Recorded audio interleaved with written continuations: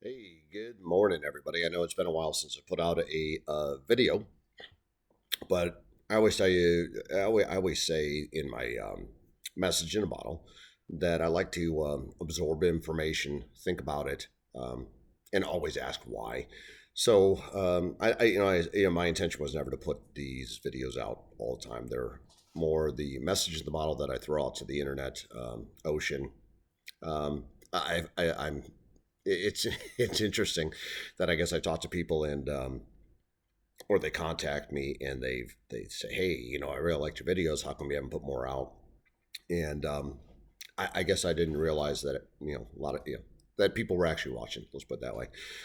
These are more for me, I guess, a lot of times to exhale, and I appreciate the conversations that I have with other people, um, the things that I learn, um, and the different viewpoints that I can appreciate, right? Because there might be others. Well, there certainly are others. There are people that have their own thoughts, and that's exactly what I love to hear.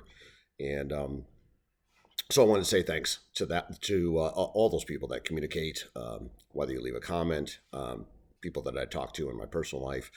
A little shout out to Jeff for a very long conversation the other night. That was a great conversation.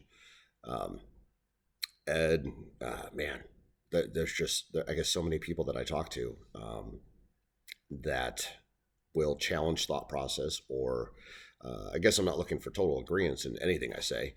That is not, again, that is, all I want to do is promote free thinking. That's it.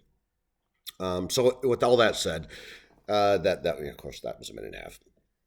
So if you make it through that piece of it, I didn't put out videos either during the election, the midterms. I put one out prior to. I shared my opinion. I certainly, yeah, I guess I just didn't want to put out a video during the elections, and I was curious to see where people would go, and why they would do it. And of course, people went out, and it was like, it felt, or it seems like people just like they didn't, I don't know, think, they didn't pay attention, they didn't. I don't know what's happening at this point with people, and again, the whole encouragement is free thinking. I watched the race with Dr. Oz and Fetterman in PA. I certainly voiced my opinion about that one. Fetterman won. I mean, I don't get it. I'm not saying the guy's horrible. Not saying he's not horrible. What I'm saying is the guy is obviously not one of the 100 people that should be making such large decisions for the United States of America in the Senate. I mean, I don't get it. Like, they could have put anybody else up, or yeah, I just don't get it. It's like the political machine. People are so drawn into sides, and I voiced my opinion about that. I don't believe in the sides of Democrat, Republican. I think it's stupid. It's very controlled here in the United States, and you get like a 50-50 split, and then you hear about somebody like a libertarian or an independent. I mean, we just, man, I wish there was no parties. That would be awesome. And people just had, then they'd be forced to think for themselves. That would be even better, right? Because then you couldn't say, hey, well, I'm a Democrat, so I'm going to vote this way, or I'm a Republican, so I'm going to vote this way. You would just vote based on what you heard. So that would be pretty awesome. Get rid of the freaking parties. That'd be amazing. Because personally, for me, I don't fall into either one of them, and I think a lot of people might identify with that. But based on the elections, the majority of people do follow a party line. Wow, which is amazing to me because they change over time. The parties, both parties have. They've almost flip flopped throughout history. You can't say that one was always liberal and one was always conservative. It's just not. That's just not the truth. If you go back and you look at history. Um, so I guess the biggest thing is so the elections are done, midterms done, right? Um, well, we still have one more. We have a Senate race in Georgia. Kind of interesting. Herschel Walker and the pastor guy. Uh, Herschel Walker has some things in his past. The pastor has some things in his present. I mean, I guess everybody changes in life. I mean, I know I certainly have. And I'm not the same person I was 20 years ago, 30 years ago. And just like Herschel Walker's not the same person he was 20, 30 years ago. And Raphael Warnock, not the same person he was 20 or 30 years ago, but they are who they are now. And I guess when you compare the two, wow, another one of those things where I certainly hope people are looking at facts rather than party line, because or celebrity endorsement. That's like the worst. You know, I don't really get all that. Um, yeah, so there is one thing that's going on lately that I'm very curious about. So I think my message is about two things. So right now, I don't know if everybody's hearing about it, but like the Netherlands currently, the government bought up thousands of farms. They're following the WEF ESG scoring system, and they're getting rid of nitrogen, which is fertilizer, by the way. And they're buying up farms because they're polluting, which, let's see, farms, food, I don't get it. So if you go back and you look at one of my videos, it's a message about the people of Sri Lanka. This is exactly what they did. They followed the WEF in order to get loans, so they had to follow the rules. And those rules led them from being a food exporter to a food importer. The country went bankrupt. The people did a coup d'etat, and yeah, I mean, you take a country that was producing food and exporting and had money to bankruptcy and chaos and starvation, and I'm watching the Netherlands, and they're literally following the exact same playbook. I hope the people of the Netherlands are paying attention to this. Like, wow, if you don't know what's going on and you live in the Netherlands, go research, which is it's a very short term time frame for what happened with Sri Lanka. People are literally doing the same thing. So I guess even around the world, so not even the United States, but around the world, people are just, I hate the word brainwashed, but wow, you're leading yourselves down a path that leads to no good. And so that should be very interesting. Another big thing that in the news, so Carrie Lake didn't win Arizona, which I was kind of interested in, see what she would do. But Governor Abbott in Texas declared an invasion for the state of Texas. So a message in the bottle would be to Governor Greg Abbott, and say, well, what the hell does that mean? Because I've tried to research it and see what a state can do. I guess, when they declare an invasion, there was, for a moment, there was a piece where he was moving military equipment and everything else down to the border, which I don't know why the hell the federal government hasn't done that. I put out videos about why I think they're allowing immigration. It's basically modern slavery is the only way to describe it. When you bring people in, you don't let them work, and they're dependent on the government, and so therefore they will do what the government says. You're owned. That's how it works. So for Governor Abbott, I'd be very curious to see what does Texas do. And the majority of our U.S. military, believe it or not, the population, they come out of Texas, and so a lot of patriots there. At the same time, I don't want to see the United States destroyed, but if Texas succeeded, or seceded, I should say, from the United States, I don't know. I don't know if anybody would fight that. Texas is big. It's huge. It's a country in its own, kind of like California.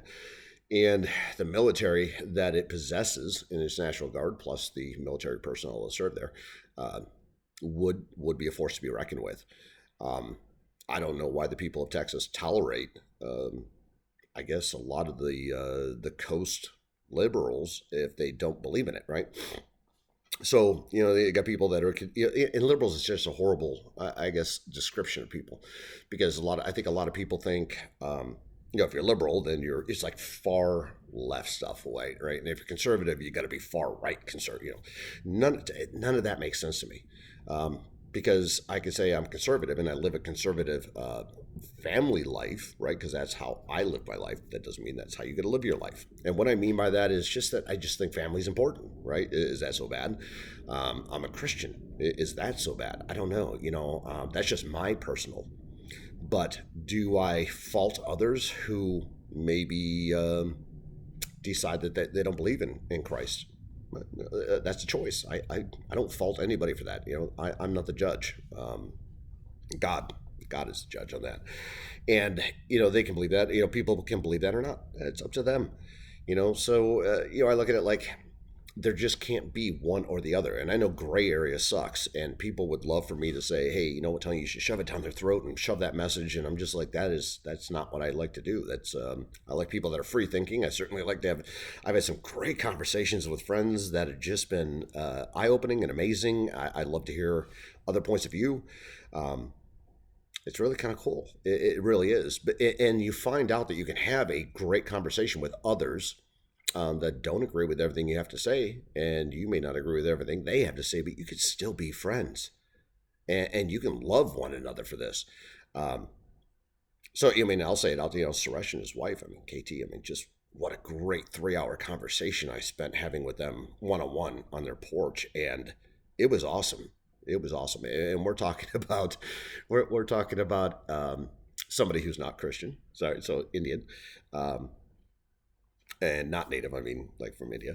You've got somebody else who is atheist, and then you got a Christian. And you imagine that. And I guess it's a great joke that for somebody walking into a bar, but it was a great 3 hour conversation to just express each other's, beliefs, not debate or try to convince each other of everything, but to bring understanding, of like, hey, this is what I believe, and this is why I believe it. Like, it was really awesome. I hope they get a chance to see it because I love them to death. Just great friends, and I've known them for a very long time. But if you go back to Greg Abbott and again the succession, so that's certainly a thing. You got the Netherlands going on right now. That's a big thing. I don't know that people are paying attention. You got Governor DeSantis just pulled multi billions away from BlackRock because of their ESG scoring, and people will say, I don't know what ESG is. It's not real. It's this, that. Look it up. That's all I can tell you. Research it. ESG. It's basically what China uses in their society to decide whether you're a good person or bad person. It has nothing to, it's like credit score goes out the window. And you basically get cut off based on your activities online, or maybe something you say you don't say something good about, you say something bad about the government. Well, that's a negative, right? You say something good about the government. Well, that's positive. That's part of ESG. Environmental social governance, kind of crazy. So, there's a lot of things going on in the world. A lot of people, probably talking about, which is interesting. I do love the idea of decentralized currency. I love crypto in the sense that the freedom it provides. I'm not telling people to invest in it. Certainly a choice. I've tried to explain to people why I think crypto is a good investment. I'm not talking the bad coins. I'm talking about, because there's another word for that. I'm talking about the gold standards, which are like Bitcoin. And some others.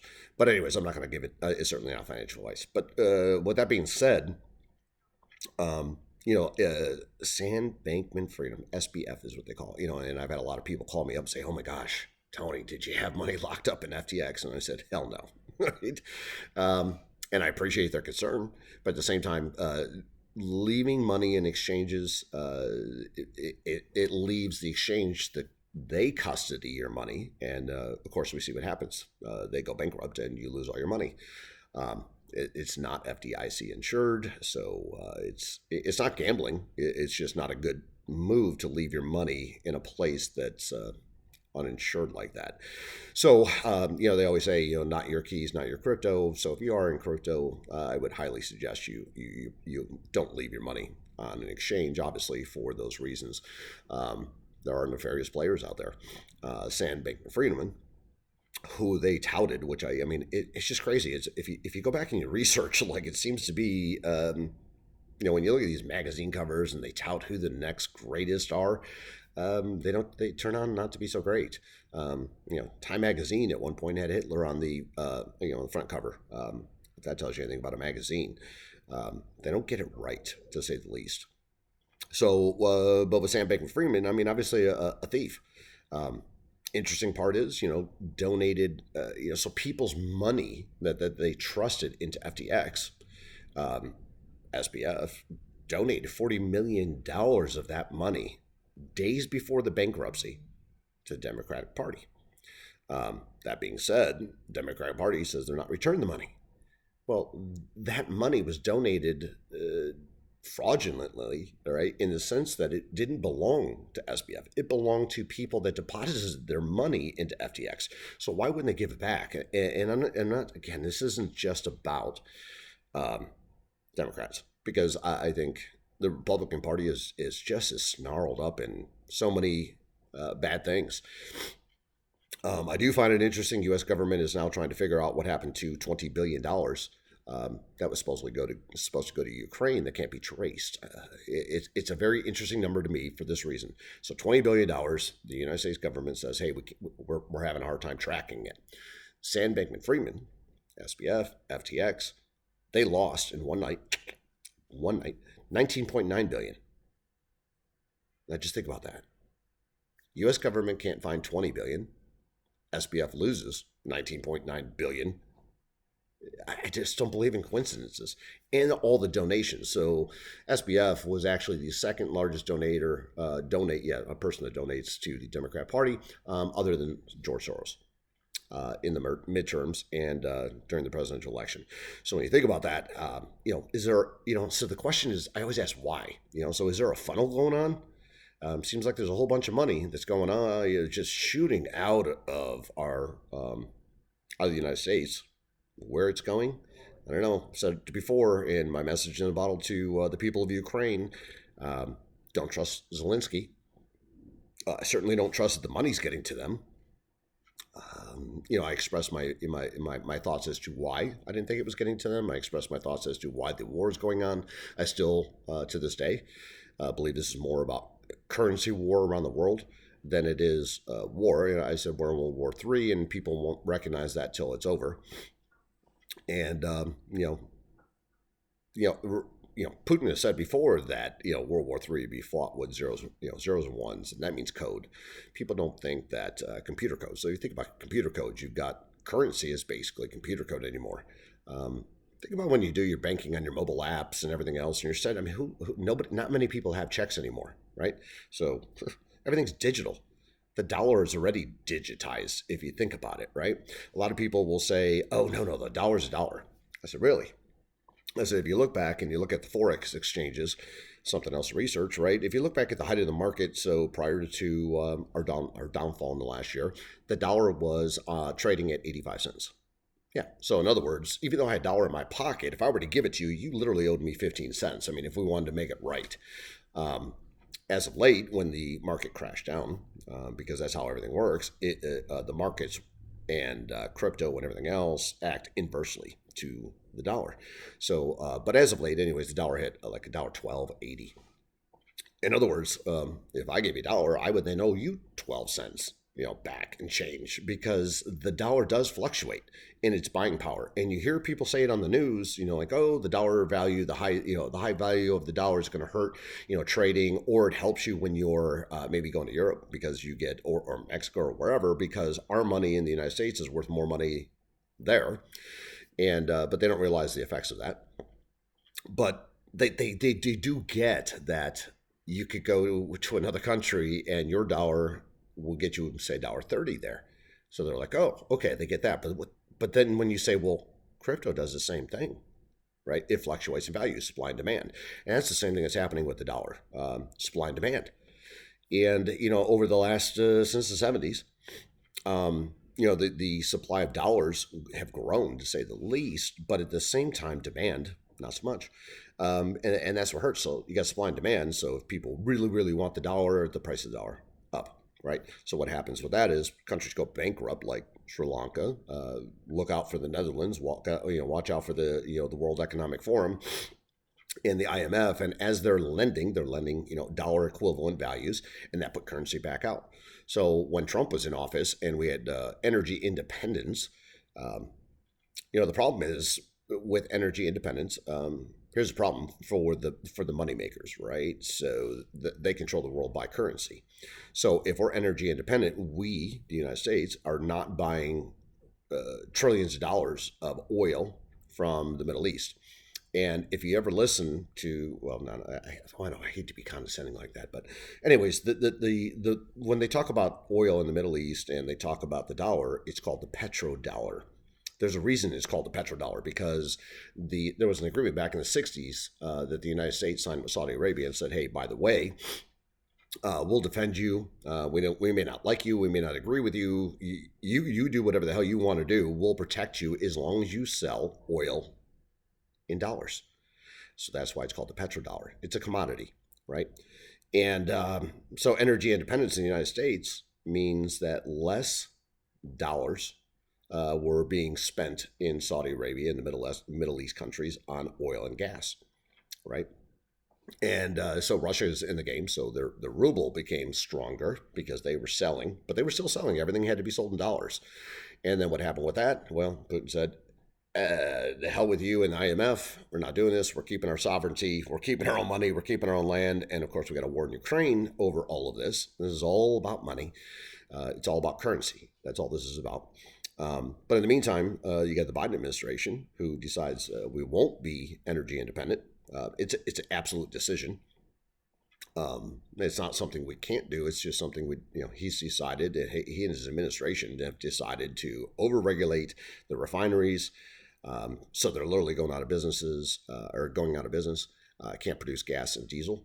And then you have us buying a bunch of oil from, let me think, Venezuela, Iran, in the Middle East. And what happens is U.S. dollars, right? So dollars are flowing into the economy around the world, which means it has higher value, right? All of a sudden, there's a flood of U.S. dollars. And the Fed says, hey, we're going to keep raising the interest rates to fight inflation. Well, inflation is not really going down. It's actually going up.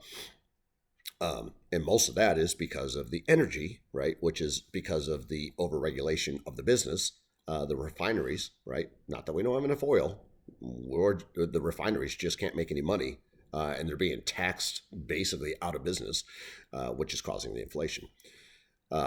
So with that being said, we kind of get what we deserve in this sense. If people aren't willing to, research a little bit, kind of find out what's going on, we get what we deserve. And I've said that in other videos. But I sure hope people wake up. I sure hope I hope everybody just does their own research and kind of figures out that there's what's going on, and I'll end, we'll wrap it up with this piece. A lot of people say, well, what should we do? What should we do?